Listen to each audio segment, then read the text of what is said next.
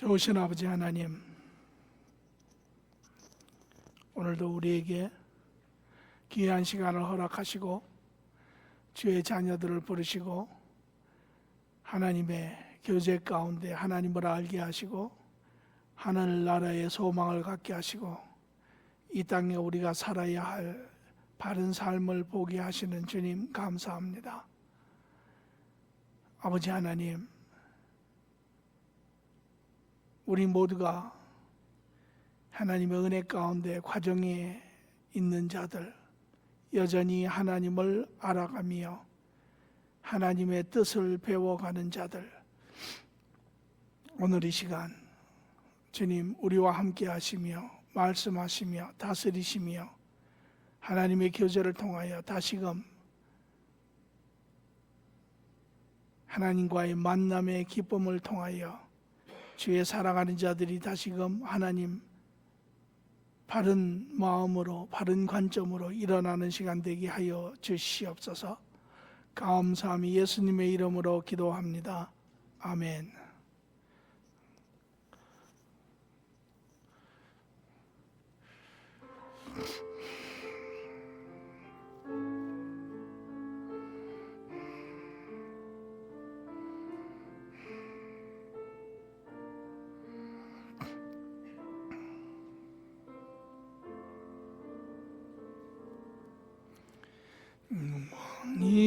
왕이신 나의 하나님, 내가 주를 높이고 영원히 주의 이름을 송축하리이다.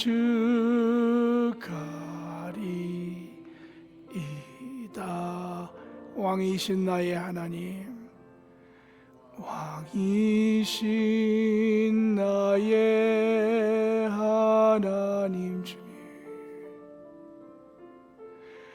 내가 주를 높이고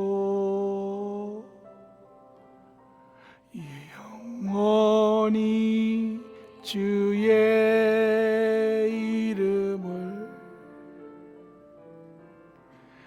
송축하리이다.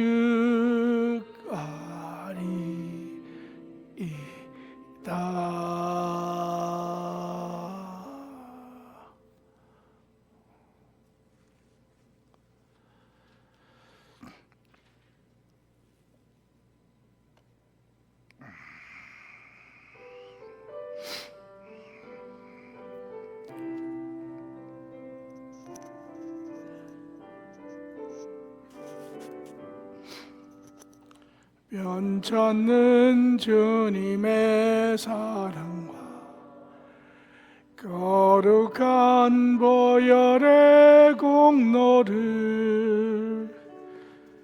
우리나 찬양을 합시다. 주님을 만나볼 때까지 예수는 우리를 깨끗게 하시는 주시니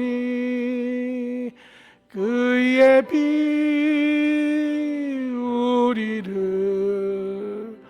눈보다 더 희게 하셨네. 우리를 깨끗게 한 피는 무궁한 생명의 물일세. 생명의 구원을 받는 자 하나님 찬양을 합시다. 예수는 우리를 깨끗게 하시는 주시니 그의 피 우리를 눈보다 너희게 하셨네.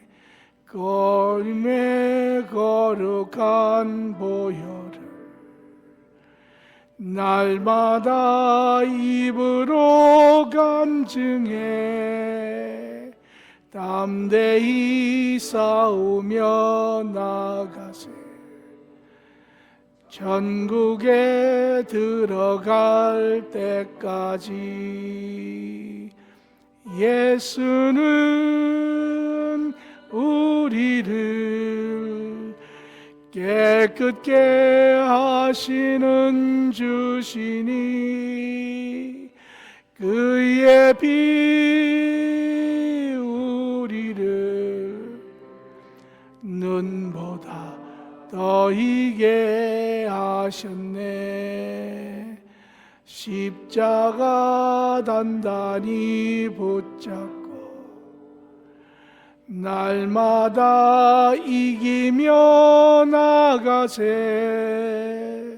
머리에 면류관 쓰고서 주 앞에 찬양할 때까지 예수는 우리를 깨끗게 하시는 주시니 그의 피 우리를 눈보다 더 이게 하셨네.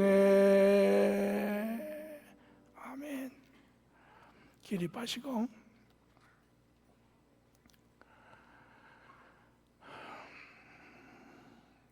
주님과 동행하시는 삶이 시간이 지나면 지날수록, 날이 흐르면 흐를수록 더욱더 깊어지며 기쁨 가운데 거하십니까?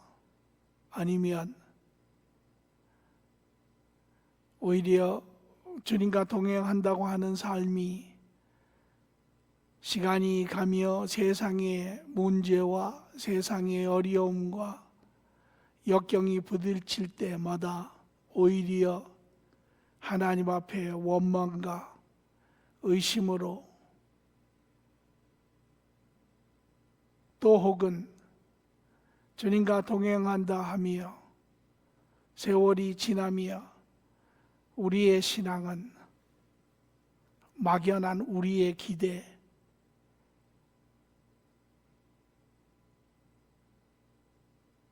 또 하나님께서 모든 것을 이루신다라고 하는 그러한 맹목적인 그러한 신앙의 삶을 사십니까? 신앙은 현실입니다. 우리의 삶의 시간은 하나님과 동행하며 더욱더 그분을 알아가며 그분 앞에 신실하며 그분 앞에 바르며 천국에 대한 영원한 소망을 바라보며 사는 자들이지요.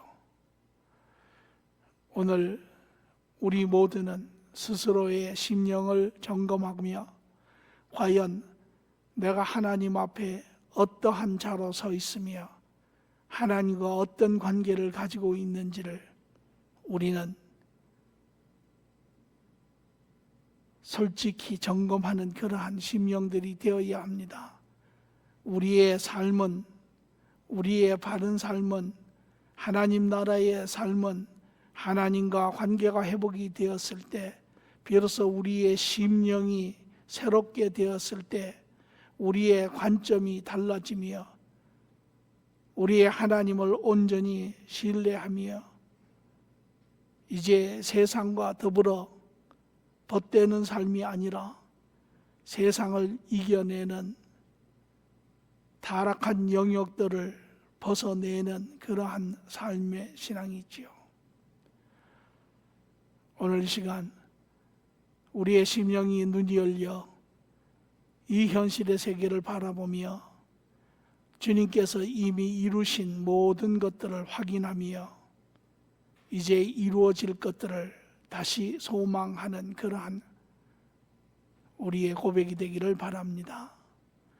전능하사 천지를 만드신 하나님 아버지를 내가 믿사오며 그 외아들 우리 주 예수 그리스도를 믿사오니 이는 성령으로 잉태하사 동정녀 마리에게 나시고 본디오 빌라도에게 고난을 받으사 십자가에 못 박혀 죽으시고 장사한 지 사흘 만에 죽은 자 가운데서 다시 살아나시며 하늘에 오르사 하나님 우편에 앉아 계시다가 저희로서 산 자와 죽은 자를 심판하러 오시리라.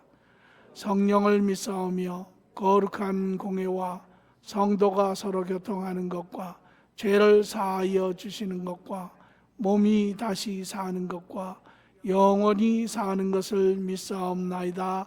아멘.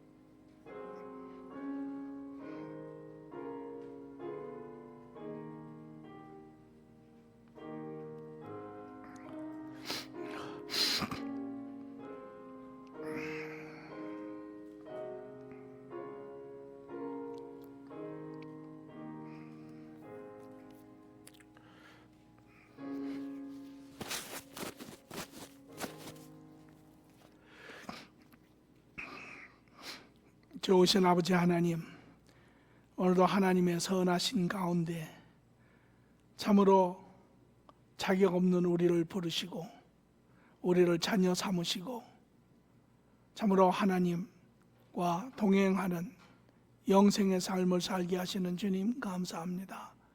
비록 우리가 이 땅에 사나 또한 때로는 세상의 습에 갇혀 앞을 보지 못하고 어둠 가운데 헤매는 우리의 삶을 아시는 주님, 우리를 긍휼히 여기시고 오늘도 우리를 부르시며 우리와 교제하시며 오늘도 우리의 심령을 새롭게 하시며 우리 모두를 일으켜 세워 다시금 하나님의 자녀로서 이 땅에 하나님 나라의 삶을 이루게 하시는 주님 감사합니다.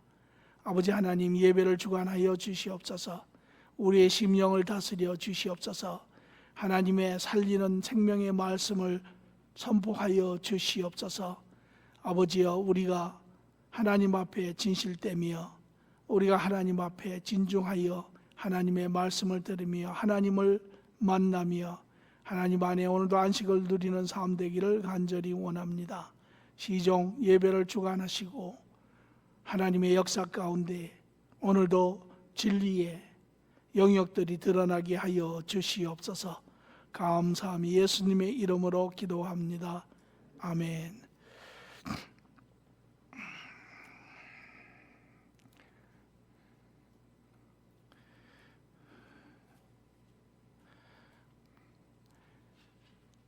하나님이 우리에게 향하신 뜻, 하나님의 자녀들을 회복시키시고 다시금 잃어버린 바른 삶, 진실한 삶, 풍성한 하나님의 돌보심의 삶을 살게 하기를 원하시는 것이 하나님의 뜻입니다. 오늘 우리 신앙인들 중에 이 하나님을 만나고 하나님의 뜻을 발견하고 그 선한 삶을 사는 자 참으로 복되지요. 그러나 불행스럽게도 여전히 신앙의 테두리 안에 있지만 그 삶이 무엇인지를 알지 못하는 많은 사람들도 있습니다. 오히려 정확하게 이야기하면 하나님의 계획을 받는 것이 아니라 그것을 내 인간적인 범주 안에서, 지식 안에서, 경험 안에서 그것을 해석을 하고 그 안에 내가 해석된 삶을 살려고 하는 그러한 사람들도 있습니다. 또 반면에 하나님을 찾고 하나님을 쫓아간다고 하지만 그러나 하나님을 전혀 알지 못하며 하나님이 우리에게 원하시는 삶이 아니라 오히려 구속되고 갇히고 고통스러운 그러한 종교적인 삶을 사는 사람들도 있습니다. 오늘 이러한 사람들의 삶을 볼 때 참으로 안타깝지요. 그럼에도 불구하고 대부분의 사람들은 그 삶에서 잘 벗어나지 못합니다. 그것이 마땅히 자기들이 살아야 하는 그러한 삶인 줄 알고 그 대가를 지불하며 그러고 살고 있습니다.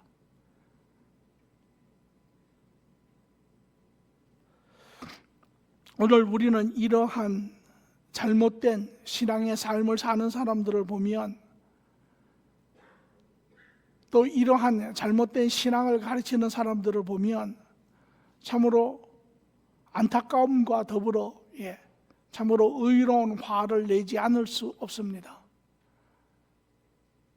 오늘 이러한 주위의 피해자들을 또한 잘못된 그런 신앙의 삶을 살며 자기의 삶이 또한 나아가 주위에 있는 사람들의 삶을 함께 망가뜨리는 이러한 사람들을 보며 우리는 하나님 앞에 그렇게 이야기하죠. 하나님, 언제까지 참으십니까? 왜 이들을 하나님 그대로 내버려 두십니까? 하나님, 왜 이들을 심판하지 않으십니까? 여러분 생각은 어떠세요? 하나님은 그저 그것을 바라보시며 묵묵히 그냥 참으신다고 생각하십니까? 아니면 일부의 사람들은 생각하기를 과연 하나님이 계실까? 과연 하나님이 세상을 주관하고 계실까? 여러분 생각은 어떠합니까? 하나님이 무엇을 하고 계신다고 생각을 하세요? 하나님이 언제 그들을 책망하신다고 생각을 하십니까? 우리는 지난 2주에 걸쳐 거짓 지도자들, 거짓 선지자들, 거짓 스승들, 거짓 종교인에 대한 말씀을 보았습니다. 그리고 이제 오늘 하나님의 마지막 말씀의 한 부분인 하나님의 징계에 대해서 우리는 하나님의 뜻을 발견하고자 합니다. 내용인즉슨 하나님의 징계는 이미 시작되었다라는 것입니다. 우리가 눈을 뜨고 보지만 잘 보지 못하고 우리가 듣지만 잘 듣지 못함으로 우리는 그것을 발견하지 못할 때가 많습니다. 이미 하나님의 징계는 시작이 되었습니다. 오늘 우리는 말씀을 통하여 그것을 확인하고자 합니다. 오늘 본문의 말씀은 돌려주세요.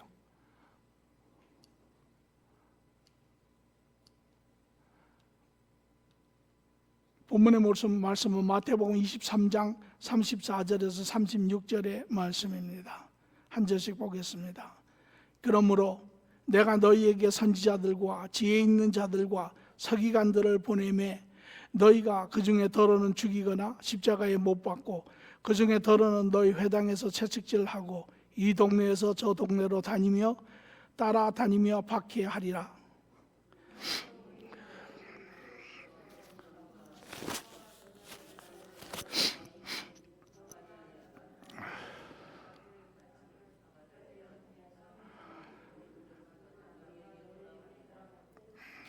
내가 진실로 너희에게 이르노니 이것이 다 이 세대에 돌아가리라. 하나님의 말씀입니다. 이 세대에게 반드시 하나님의 징계가 돌아가리라 라고 이야기를 하고 계세요. 오늘 우리가 하나님의 말씀을 잠시 배경적인 것을 보면 예수님이 이제 마지막 고난주, 그것도 수요일, 앞으로 이틀 후시면 십자가에 못 박혀 죽으실 이 지상에서의 시간입니다.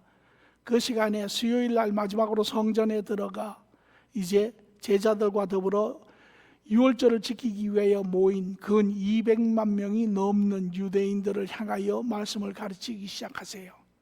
그리고 목요일 이제 유월절 식사를 제자들과 하고 금요일 저녁에 잡히셔서 십자가에 못 박혀 돌아가시죠.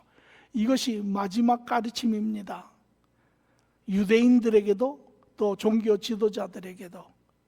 그러나 이 마지막의 가르침은 종교 지도자들의 몫이지요. 이제 예수님은 이 수요일 그 중에서도 마지막 시간대에 이 종교 지도자들을 책망하세요. 너희들은 거짓 지도자들이라, 너희는 거짓 스승이라, 너희는 거짓 선지자라. 너희는 스스로 모세의 자리에 앉아 너희는 스스로 지도자라 하며 너희는 그러나 너희 스스로는 너희가 말하는 것을 지키지 아니하며 사람들에게 많은 짐을 지게 할 뿐만 아니라 너희는 너희의 의를 추구하는 자라. 그들의 속성을 이야기를 합니다. 여러분, 거짓 선지자들, 거짓 지도자들은 교회 밖에 있는 자들이 아닙니다. 교회 안에 있는 자들입니다. 그러나 그들의 특징은 교회 안에서 말씀을 들으며 교회 안에서 자라며 교회 안에서 배우며 교회 안에서 성장해서 교회 안에서 직분을 가지며 교회 안에서 최고의 위치까지 도달하며 목사도 되는 그러한 자들입니다. 그런데 문제는 왜 이 사람들이 문제인가? 이 사람들은 하나님을 알지 못하는 자라는 것입니다. 오늘 교회, 과도기의 교회라고 이야기를 하죠. 그래서 교회 안에는 두 종류의 사람이 있습니다. 성도가 있고 구도자가 있습니다. 하나님을 찾는 사람들이 있습니다. 그러나 이 가운데 하나님을 찾는 자들 가운데 그들이 시간이 지나며 자연스럽게 교회의 일원이 되고 교회의 일원이 되면서 직분도 갖고 봉사도 하고 이렇게 자라면서 어느 시간에 자기가 하나님의 백성이라고 믿지만 실상은 아니라는 것입니다. 오늘 이것이 우리 교회의 구조의 부분이죠. 교회의 근본 의무는 성도를 배출하는 것입니다.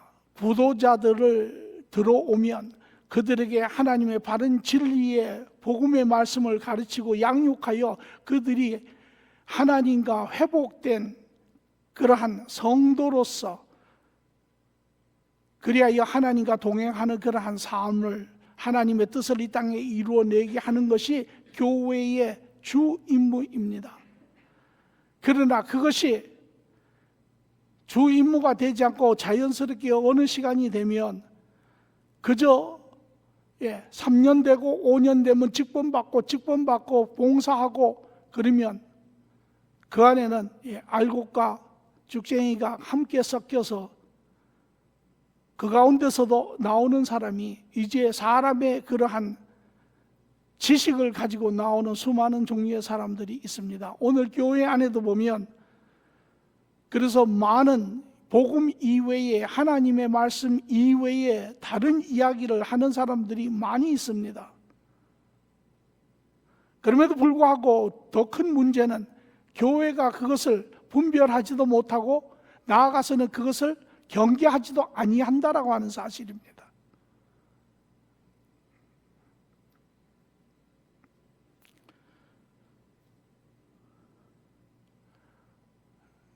이러한 유대 2000년 전에도 다르지 않았습니다. 이들이 종교 지도자들이고 이스라엘 하나님의 택함을 받은 나라의 지도자들이었습니다. 그런데 예수님은 이들을 가르쳐 너희는 거짓 지도자라, 너희는 거짓 스승이라는 것입니다. 그로 말미암아 유대인들도 다 신앙으로부터 떨어지는 그러한 종국을 맞게 되죠. 그의 마지막 가르침이 바로 이 거짓 지도자, 거짓 종교 지도자들에 대한 이야기입니다.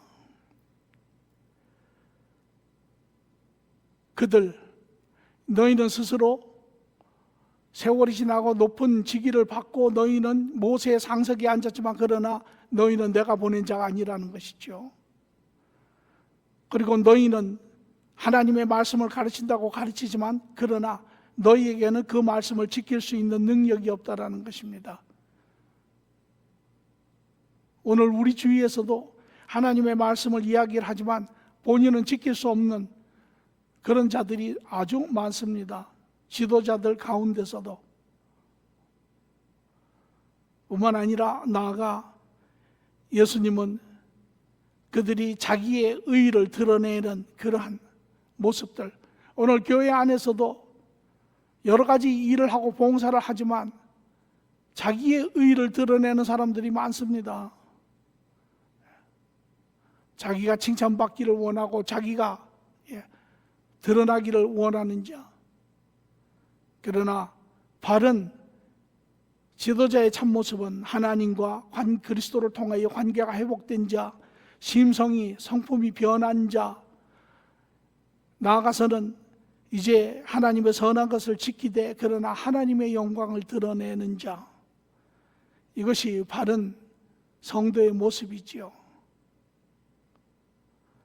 교회 안에서 성도와 구도자가 분별을 하라, 그것을 이야기를 하는 것은 아닙니다. 그러나 그것을 분명히 알고 그러한 구도자들을 바로 인도해서 바른 하나님의 자녀인 성도로 세우는 것이, 이것이 교회가 할 일이죠. 그리고 그것이 이루어질 때 성도 한 사람 한 사람은 이제 그리스도와 함께 이 땅의 삶들을, 하나님의 일들을 잘 감당하는 그러한 자들의 삶이 되는 것이죠.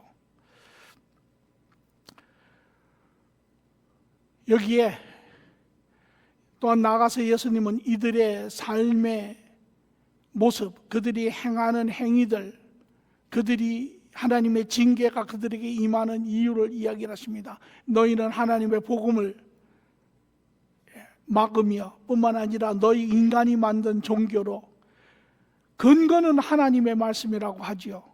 그러나 그 하나님의 말씀을 희석시키고 하나님의 말씀을 왜곡시켜서 인간적인 사고의 말씀들을 만들어서 오히려 그것으로 인하여 사람들을 영적으로 무지하게 만들고, 뿐만 아니라 자기뿐만 아니라 모든 사람들로 인하여 하나님의 모든 법을 다 어기게 하고, 또 더 나아가서는 그러한 스스로 거룩하다고 하나 그러한 가증한 위선적인 삶을 사는 자, 하나님 앞에 부정한 자, 하나님 앞에 가증한 자라고 하나님께서 책망을 하고 계시죠.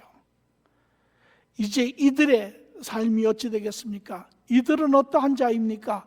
이들은 말로는 하나님의 나라, 하나님을 믿는 자라고 이야기하고 하나님 나라에 속한 자라고 이야기하지만, 그러나 실상은 하나님을 대적하는 자요, 하나님의 계획을, 복음을 배척하는 자요, 하나님의 사람을 미혹게 하는 자요, 결과적으로 멸망에 떨어뜨리는 자들이라는 것입니다. 여러분 생각에 하나님은 이들을 용납하시겠습니까? 아마 이 세상에 여러 종류의 사람이 있지만 성도가 넘어지는 시간도 있고 또 아직도 복음을 거부하는 사람도 있지만, 이러한 모든 사람들 중에 하나님께 가장 큰 책망을 받을 자들이 바로 이들입니다. 하나님은 이들을 결코 간과하지 아니하십니다. 오늘 말씀을 통하여 우리가 그것을 확증하겠습니다. 마태복음 23장 24절에 예수님께서 이들에 대한, 이들이 누구이며 이들이 어떤 행위를 하는지를 다 그리스도께서, 예수님께서 지적하시고 드러내신 후에 마지막으로 마태복음 23장 24절에 그러므로 결론적으로 내가 너희에게 선지자들과 지혜 있는 자들과 서기관들을 보내매 너희가 그 중에 덜어는 죽이거나 십자가에 못 박고 그 중에 덜어는 너희 회당에서 새칙질하고 이 동네에서 저 동네로 따라다니며 박해하리라. 미래적인 이야기입니다. 이해가 안 되는 부분이 있습니다. 왜? 이미 그들의 정체가 폭로되었고 이미 그들의 죄가가 이미 선포되었고, 그런데 여기에 말씀을 보면 그러므로 내가 너희에게 선지자를 또 보낸다. 여기에 선지자들과 선지자들은 하나님의 말씀을 선포하는 자들이요, 지혜 있는 자들은 가르치는 자들이요, 선지자 서기관도 가르치는 자들입니다. 다시 말하면 하나님의 말씀을 선포하고 가르치는 자들을 보내는데 너희가 그들을 죽이고 채찍질하고 박해하리라.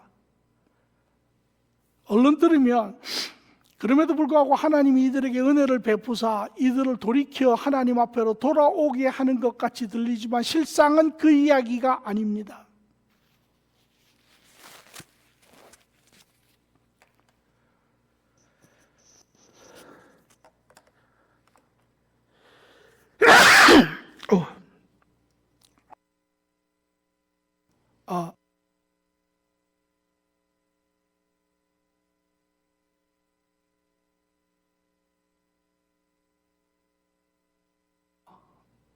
나옵니까?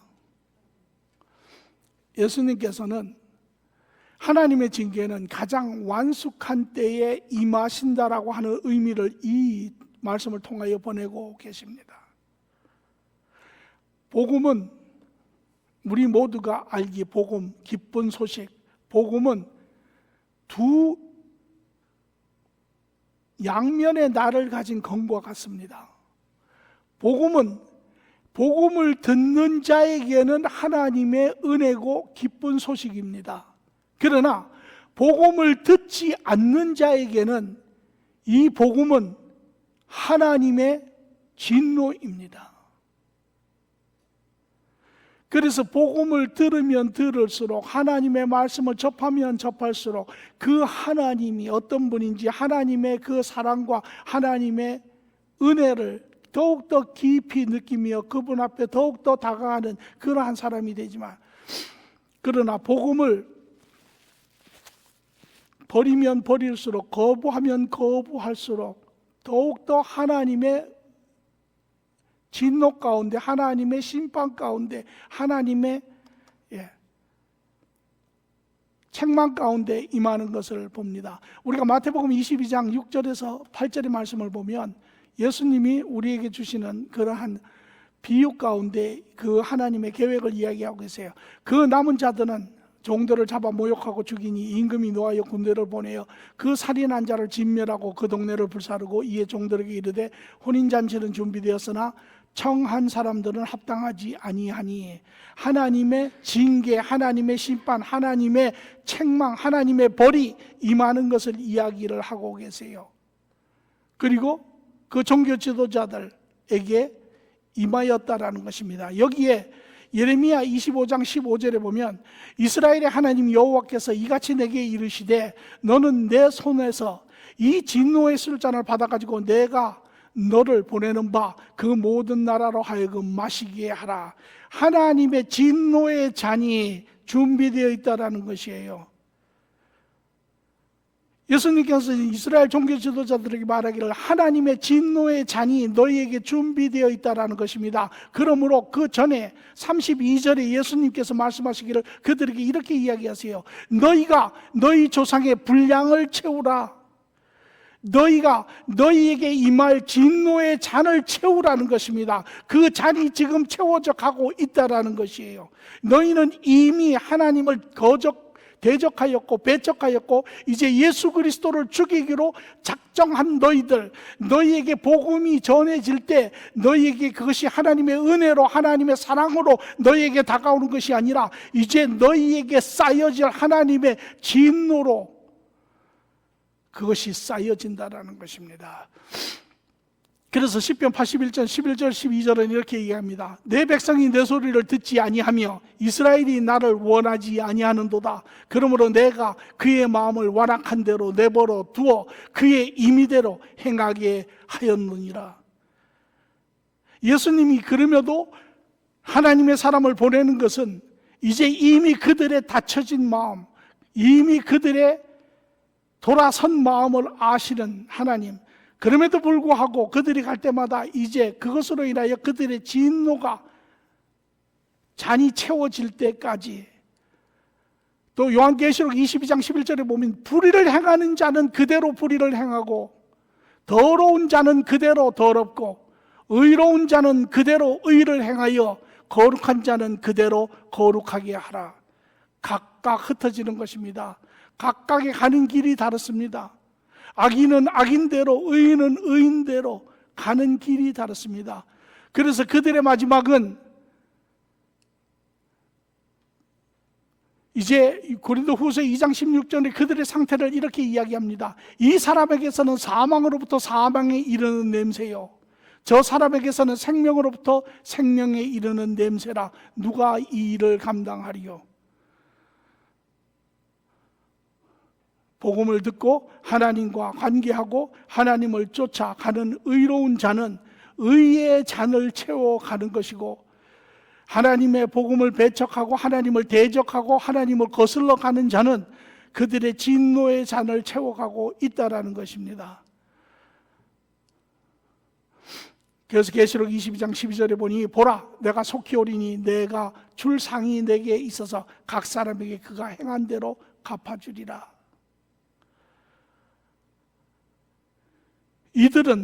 이들의 정한 시간이 언제입니까?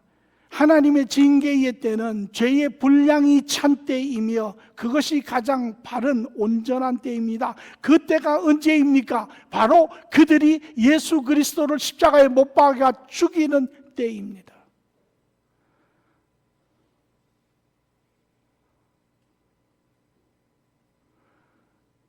하나님은 잃어버린 게 아닙니다. 하나님은 모르고 계시는 것이 아니에요. 하나님은 모든 것을 보시되 그 완숙한 때를 기다리고 계세요. 그 찬 때를 기다리고 계세요. 그것이 하나님의 때입니다. 모든 일에 있어서 하나님은 온전한 그 때를 기다리고 계세요. 우리가 자녀를 키울 때 자녀가 실수를 하지요. 한 번 하고 두 번 하고 세 번 하고 네 번 합니다. 그러면 어떤 부모들은 실수할 때마다 가르치는 부모도 있어요. 그러나 어떤 부모들은 실수를 할 때 보면 그걸 한 번, 두 번, 세 번, 네 번 기다렸다가 한 번 벌을 줄 때가 있습니다. 언제? 완숙한 때에. 이것이 하나님의 방법입니다. 오늘 우리 모두도 하나님 때에 대한 질문이 있죠. 하나님 언제 움직이시겠습니까? 언제까지 참으시겠습니까? 언제 하나님 보여주시겠습니까? 언제 응답하시겠습니까? 하나님은 그 때를 기다리고 계세요. 그 때가 가장 온전한 때입니다. 오늘 2000년 전에도 그리하였고 지금도 그리하였고 이 세상에 수많은 악들이, 거짓들이, 잘못들이 행하여지고 있지요. 우리가 얼른 보면 하나님께서 전혀 신경 쓰고 있지 않는 것 같지만 실상은 그렇지 않습니다. 모든 것을 보고 계시고 모든 때를 기다리고 계세요. 그 완전한 때, 진노의 잔이 채워진 그 때를 참고 기다리고 계시는 것입니다. 그리고 그 때가 임할 때 우리는 알아야 합니다. 그들이 감당할 그 징계의 몫이 얼마나 큰지.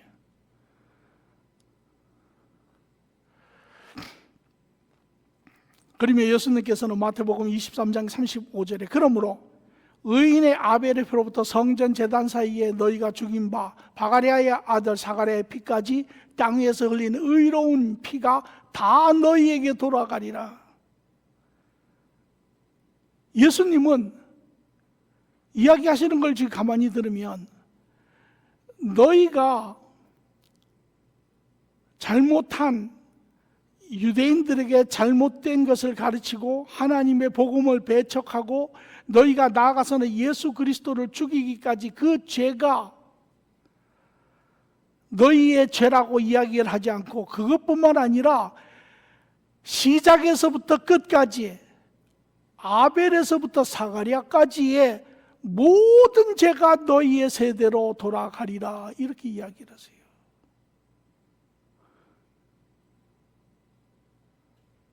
오늘 이 세대의 사람들도 인류 역사의 모든 죄가 그들에게로 돌아간다고 하는 사실을 알아야 합니다. 아벨이 누굽니까? 하나님의 징계는 완전한 결산을 요구합니다. 그들의 죄만 요구하는 것이 아닙니다. 우리는 내가 지은 죄니까 내 것이라고 이야기하지만 그 이유를 예수님이 설명하고 계세요.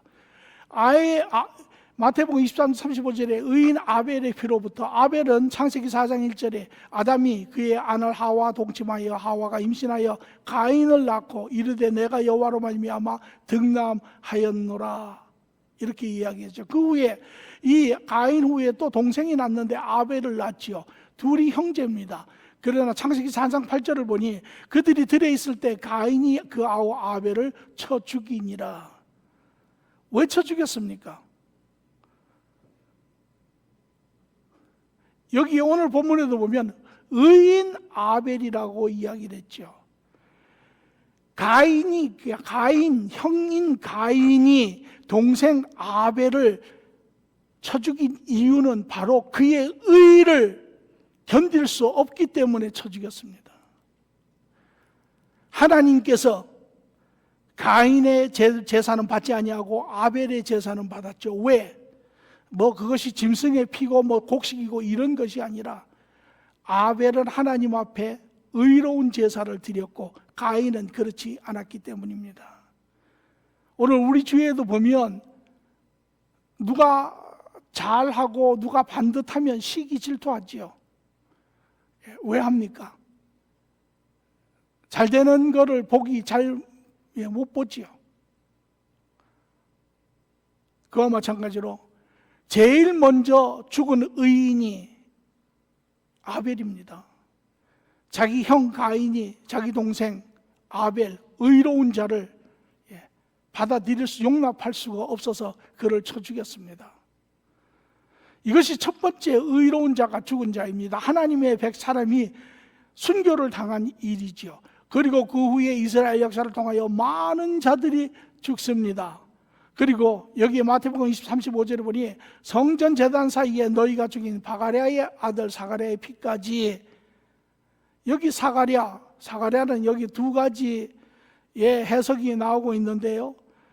바가랴의 아들 사가랴는 열왕기 상에 나오는 한 선지자 이름이기도 하고, 또 구약의 마지막에 나오는 사가랴, 제카리아라고 이야기를 하죠. 그에 대한 이야기이기도 합니다. 그러나 오늘 모든 문맥상 모든 정리를 보면 저 바가랴라고 하는 이름이 자기 아버지의 이름이 문제가 되는데, 그러나 오늘 우리가 신학적인 어떠한 깊이를 여기서 논하지는 않고 우리가 해석하기에는 구약의 마지막 선지자 사가랴라고 해석을 합니다. 그래서 구약의 첫 번째 의인인 아벨에서부터 시작하여 구약의 마지막 선지자 사가랴까지의 죽음을 이야기를 합니다. 이 모든 것이 물론 여기에 그들이 이제 복음을 배척하고 나아가서는 예수 그리스도를 십자가에 못 박혀 죽이는 그 죄까지 모든 것이 그들에게 돌아간다라는 것입니다. 여러분 생각에 공평합니까? 그들이 조상이 지은 모든 죄까지 그들이 다 대가를 지불해야 한다고 하면 여러분 공평하다고 생각하십니까? 공평하지 않다고 생각하지요. 그런데 왜 예수님께서 이런 공평하지 않는 이러한 죄를 이들에게 씌웁니까? 이유가 있습니다.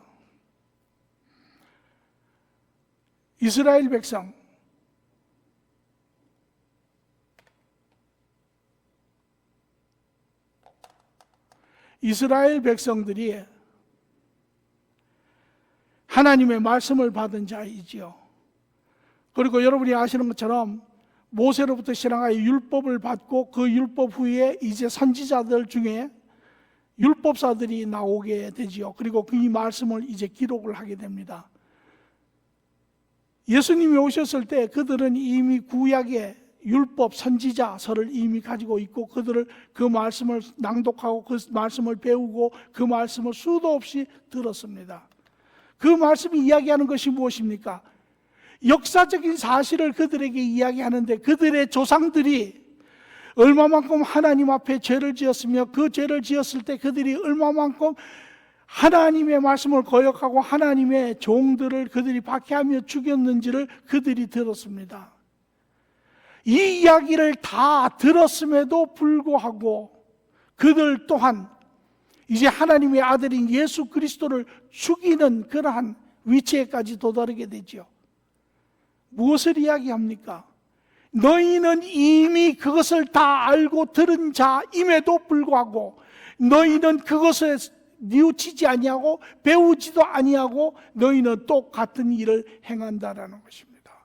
그러므로 이 모든 죄를 너희가 과거 때에 직접적으로 짓지 아니하였지만 간접적으로 너희 모두는 이 죄에서 피할 수 없다라는 것이에요. 그러므로 이 죄가 너희 모두에게 돌아간다라는 것입니다. 누가복음 11장 49절 51절은 이 말씀을 이렇게 이야기합니다. 창세 이후로 흘린 모든 선지자의 피를 이 세대가 담당하여 곧 아벨의 피로부터 제단 성전 사이에 죽임을 당한 사가랴의 피까지 하리라. 내가 너희에게 이르노니 과연 이 세대가 이 모든 것을 담당하리라. 엄청난 이야기입니다. 엄청난 이야기입니다.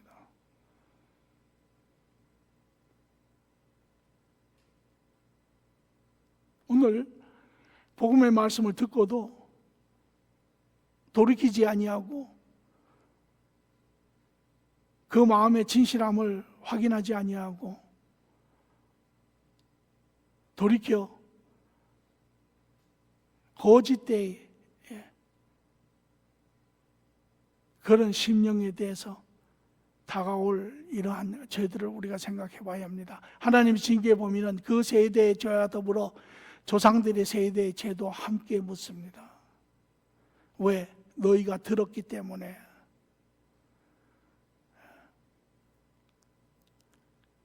이것이 예수님 때에 거짓 종교 지도자들과 더불어 유대인들이 받아야 할 이러한 죄값입니다.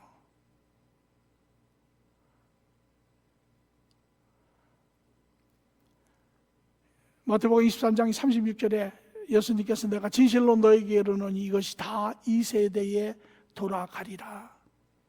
너희 세대에 이것이 반드시 돌아가리라. 이 세대, 지금 누구입니까?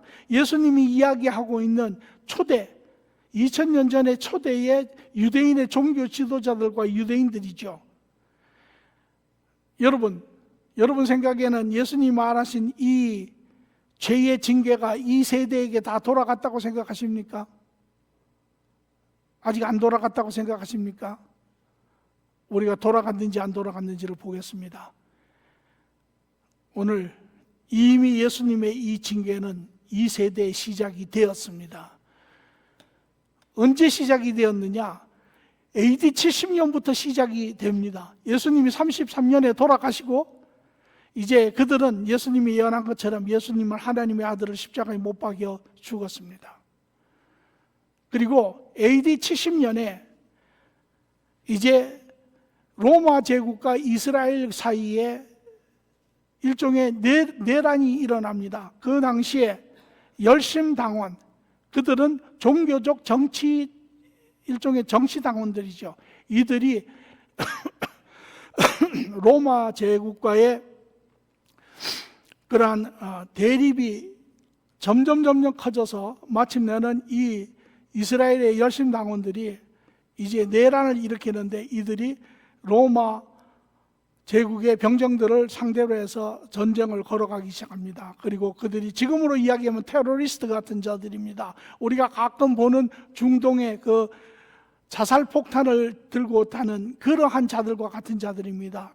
가면서 로마 제국을 상대로 이제 군사들을 공격하기 시작하고 그들을 암살하기 시작하고 이러한 내란들이 시작이 됩니다. 이에 로마 제국의 반격이 시작이 돼요.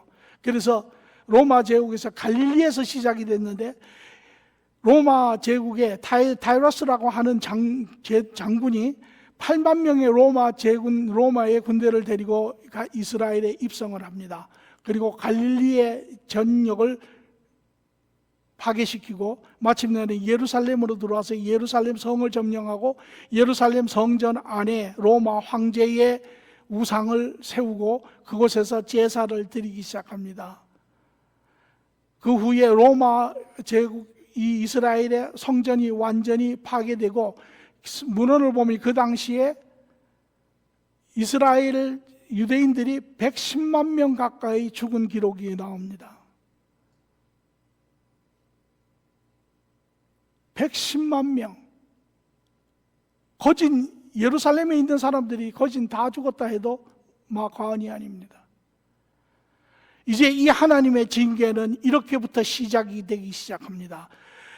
이렇게 되면서 제2의 70년 포로 생활이 시작이 됩니다. 이스라엘 백성들은 이제 이스라엘하고 나라는 실질적으로 없어지고 이스라엘의 성전은 완전 파괴가 됩니다. 그리고 대부분의 유대인들은 이제 유럽 전역으로 확산되어서 흩어지는 삶을 살기 시작하는데, 그것이 언제까지냐면 70년에서부터 1945년, 무려 1900년 동안을 그들은 유럽에 흩어져서 살기 시작을 합니다.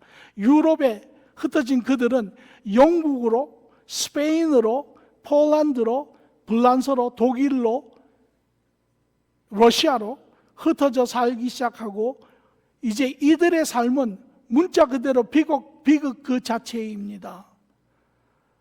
1029년에 이제 십자가 원정이라는 크루세이드라고 하는 전쟁이 일어나죠. 이 전쟁은 실질적으로 천주교를 대표하는 로마 가톨릭 군대와 이 이스라엘의 유대 사이에 일어나는 종교 전쟁입니다. 물론 그들은 기독교라고 하는 이름을 표면에 내세우지만 그들은 거듭난 기독교인들은 아닙니다. 그냥 기독교의 신앙을 가지고 있는 자들이죠. 그래서 그 당시에 1029년에 십자가 원정이 처음으로 시작이 되는데, 영국에서 그 당시에 지금 이스라엘, 예루살렘을 점령하고 있는 군인이 터키 군이었습니다. 터크스라고 하는 터키의 군이 그 지역을 점령하고 있고, 그 당시에 이제 로마 가톨릭을 상징하고 있는 영국의 군대들이 일어나서 그 하나님의 성지를 찾자라고 전쟁을 일으켜 시작을 합니다. 그래서 어마어마한 전쟁이 일어나죠. 수백 년 동안 싸웁니다. 그러면 마침내 그 성지를 탈환하게 되고, 그 성지를 탈환할 때 이 로마 가톨릭 군들이 제일 두려워했던 것이 무엇이냐면, 유대인들이 다시 그곳에 들어와 예루살렘을 점령할 것을 두려워하여 이들이 이제 본질적인 전 세계에 흩어진, 유럽 전체에 흩어진 유대인들을 핍박하기 시작을 합니다.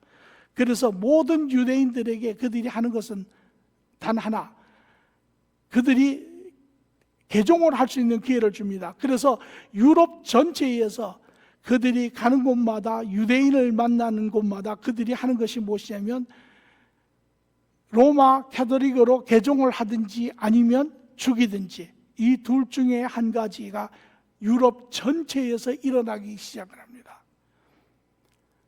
그래서 영국에서도 이제 유대인들은 완전히 인간 취급을 받지 못하고 삽니다.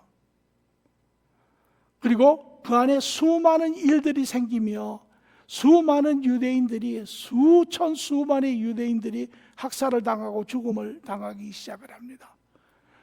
한편 영국에서는 이 유대인들이 위조 지폐를 만드는 그러한 혐의를 받고, 이 유대인들이 결국은 영국 전체에서 다 쫓겨납니다. 쫓겨난 유대인들이 간 곳이 스페인입니다. 스페인에 가면 그 당시에 페르난다라고 하고 이사벨라라고 하는 그 당시에 스페인 왕이, 이 사람이 바로 콜럼버스를 보내서 이 미국 대륙을 발견한 자이지요. 이가 이들을 학대를 하는데, 여러분들이 이 스페인의 이 개종의 문제는 아주 역사적으로 아주 유명한 곳이죠. 이들이 가는 곳마다 로마 가톨릭 신자가 되든 아니면 다 죽이는 거. 여러분 옛날에 혹시 미션이라고 하는 영화를 보신 적이 있는지 모르지만 그게 그 내용의 이야기입니다. 그래서 이들이 가는 곳마다 많은 사람들을 죽였죠. 수많은 사람들을 죽였습니다. 그리고 이들이 이제 불란서로 또 도망을 갑니다. 그래서 불란서에 가가지고 그곳에서 잠시 머무는데, 그때 1400년도에 이제 흑사병이 돌기 시작합니다.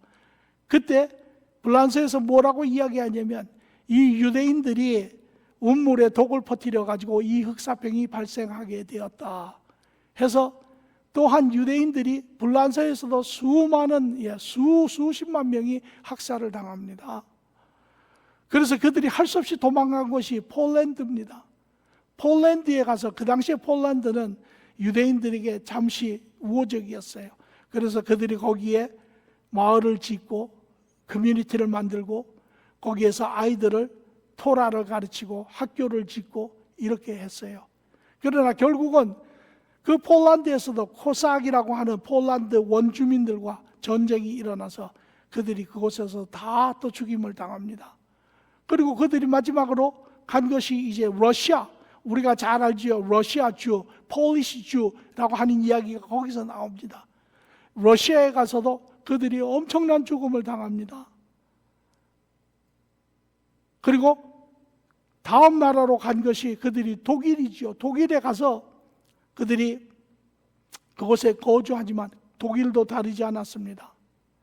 이러한 종교 전쟁이 이러한 유대인들에 대한 이 예수님께서 이야기하신 이 시대의 이 세대의 이 모든 것이 너희에게 이 말이라고 이야기한 그때서부터 시작해서 1900년 동안 그들은 나라를 잃어버리고 세상을 유리하면서 가는 곳곳마다 그들은 학대와 학살로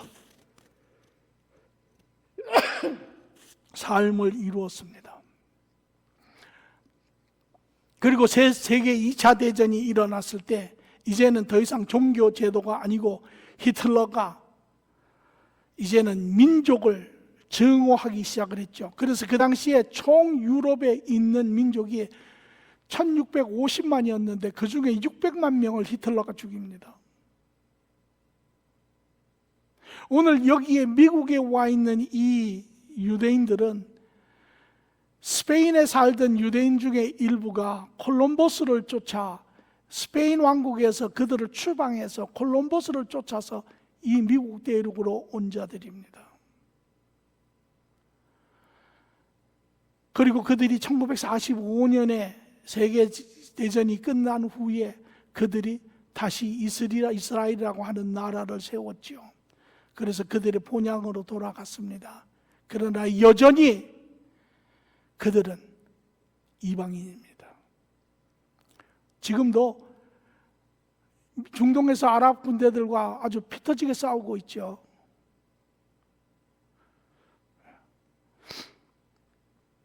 이것이 예수님께서 그들에게 선포한 하나님께서 준비한 그들에 대한 진노입니다. 상상할 수 없는 그런 하나님의 진노입니다. 무려 2000년 넘게 그들은 세상에서 이들이 여러분 가끔 옛날 유대인 영화를 보면 이들이 다윗의 별이라고 하는 노란 별을 달고 있는 것을 여러분이 아마 보셨을 거예요. 그게 천년 십자가 원정 끝난 후에 처음으로 영국에 간 유대인들을 분별하기 위해서 붙인 별입니다. 그들은 그때서부터 이 유대의 별이라는 것을 붙이고 다녔습니다. 그래서 그들의 이름이 스와인, 돼지들입니다.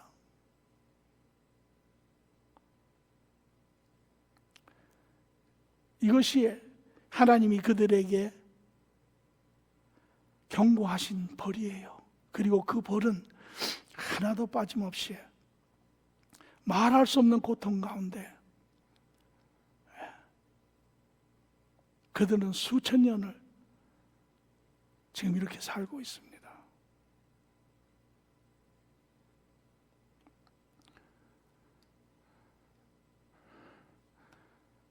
오늘 이 말씀은 우리에게 오늘도 세상을 주관하시는 하나님은 도울 자를 도우시고 벌할 자를 벌하십니다. 하나님은 오늘도 주관하고 계세요.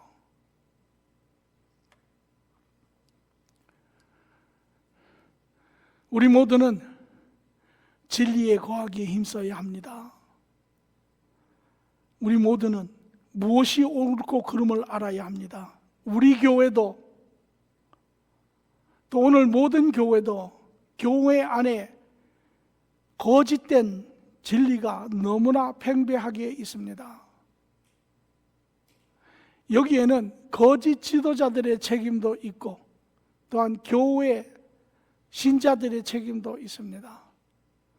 오늘 우리는 하나님의 진리의 말씀에 깊이 거해야 합니다.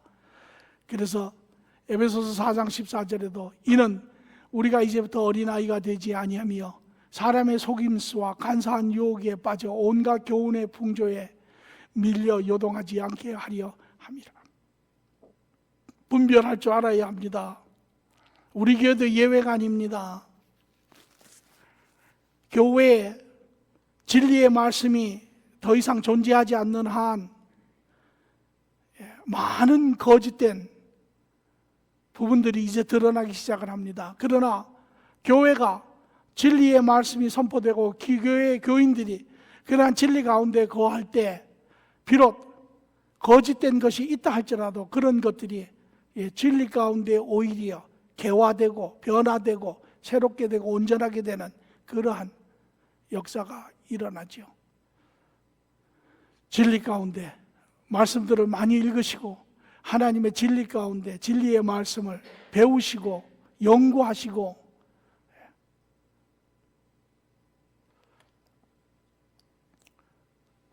그래서 우리는 거짓 종교인을 경계해야 합니다. 삼가해야 합니다. 저들을 물리쳐야 합니다.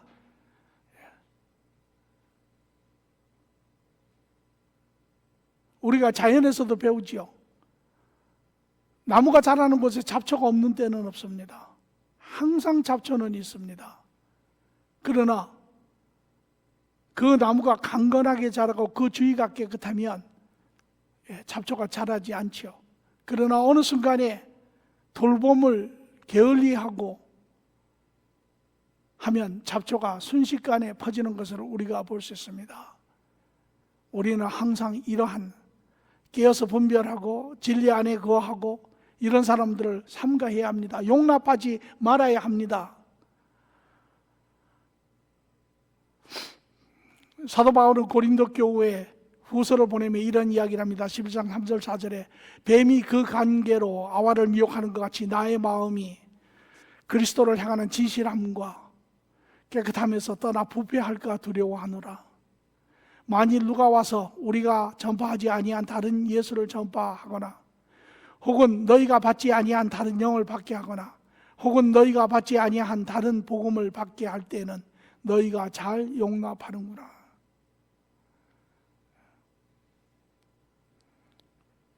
이러한 잘못된 거짓을 진리 가운데 경계하고 삼가하고 내치고 자리 잡지 못하게 하고 그로 말미암아 진리 안에 자유하게 바로 세워지는 그러한 하나님의 교회, 하나님의 나라가 되기를 간절히 축원합니다. 좋으신 주님 감사합니다. 오늘 예수님이 말씀하신 것처럼 참으로 거짓 정지자들, 참으로 그들은 하나님을 대적하는 자이며 하나님의 말씀을 복음을 배척하는 자이며 그들은 성도를 미혹해 하여 넘어지게 하는 자이며 마침내는 영생에서 떠나 영벌로 인도하는 그러한 자들입니다. 오늘 그럼에도 불구하고 오늘 교회가 너무도 분별력이 없으며 진리의 말씀에 거하지 아니하며 이러한 거짓된 부분들을 용납하며 내버려 두며 나아가 교회를 좌지우지하게 하는 이러한 현실의 삶을 볼 때 참으로 안타깝습니다. 주님, 오늘 주의 사랑하는 자들이 깨어나게 하시고 그러므로 더욱더 하나님과 교제하기를 기뻐하시며 진리 가운데 거하게 하시며 하나님 그로 말미암아 이 시대에 하나님 진리의 길을 드러내는 자들에게 하나님 동행하시고 역사하여 주시옵소서. 감사함이 예수님의 이름으로 기도합니다. 아멘.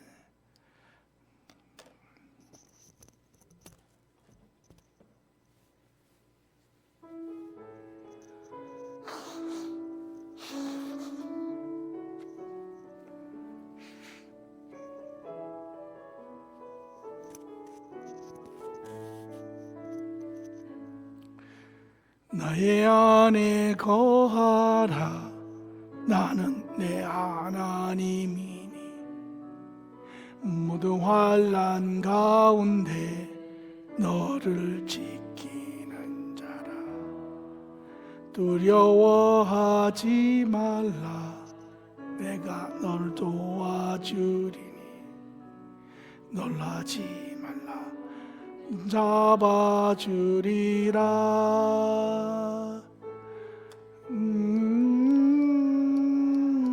돌리세요. 내 것이라, 내 것이라, 너의 하나님이라. 내가 너를 보배롭고 존귀하게 여기노라. 너를 사랑하는 내 여호와라. 아멘.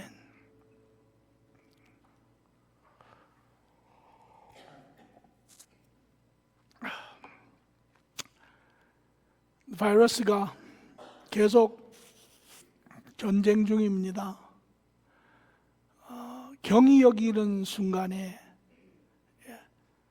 넘어지게 되지요. 그러면 이제까지 모든 수고가 다 헛것이 됩니다. 끝까지 잘 주의하시고, 우리의 신앙의 삶도 마찬가지입니다. 우리의 신앙의 삶, 우리 지금 큰 전쟁 가운데 있지요. 지금 영적 전쟁 가운데 있습니다. 세상과 전쟁 가운데 있습니다. 하나님이 주관하시지만 하나님이 허락하는 시간대까지, 모든 자들이 구원에 임할 때까지 하나님이 그 기간을 허락하시고, 그 기간 동안 마귀가 모든 자들을 넘어뜨리려고 지금 미혹하고 역사하는 가운데 있고, 또 세상의 거짓과 부패와 부정과 그 가운데 살고 있는 우리의 삶입니다. 그 어느 때보다 깨어 있어야 합니다. 특히 주의하셔야 할 것은 하나님이 나와 함께 계십니다. 맞습니다. 그런데 그러면 하나님이 다 하십니까? 아닙니다. 우리도 깨어서 하나님과 같이 동행해야 합니다. 매일매일 하루 시작을 주님과 함께 교제하시고, 말씀 보시고, 우리의 심령과 관점을 새롭게 하시고, 그리고 하루에 주어진 일을 임하시고, 그 과정 안에서도 항상 주님과 교제하시며,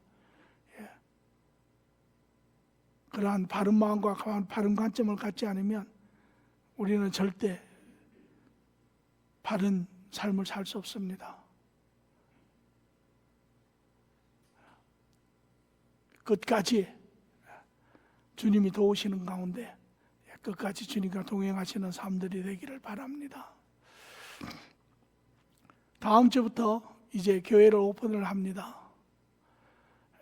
모두 제 시간 11시입니다. 시간은 11시에 참석하시고, 오늘 보신 것처럼 이렇게 소셜 디스턴스도, 또 마스크도, 장갑도 아침에 저희가 다 소독을 또 했습니다. 매주 소독을 할 것입니다. 열 재는 체온기는 오다를 했는데 조금 늦게 옵니다. 그래서 오면 저희가 그것도 실시를 할 거고요. 그래서 최소한 깨끗한 그런 환경, 우리가 예배 드리는데 어려움이 없는 그런 요건을 만들려고 하고 있습니다.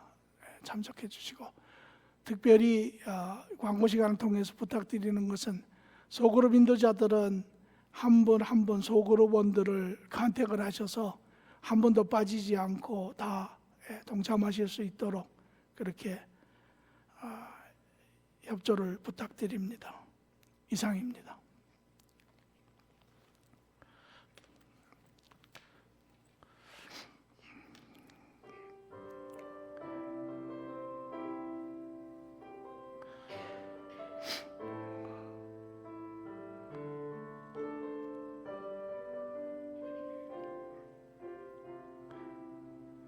우리에게 소원이 하나 있네. 주님 다시 오실 그날까지 우리 가슴에 새긴 주의 십자가 사랑 나의 교회를 사랑케 하네 주님. 주의 교회를 향한 우리 마음, 희생과 포기와 가난과 고난, 하물며 죽음조차 우리 막을 수 없네. 우리 교회는 이 땅의 희망. 교회를 교회되게, 예배를 예배되게 우리를 사용하소서. 진정한 부흥의 날 오늘 임하도록 우리를 사용하소서.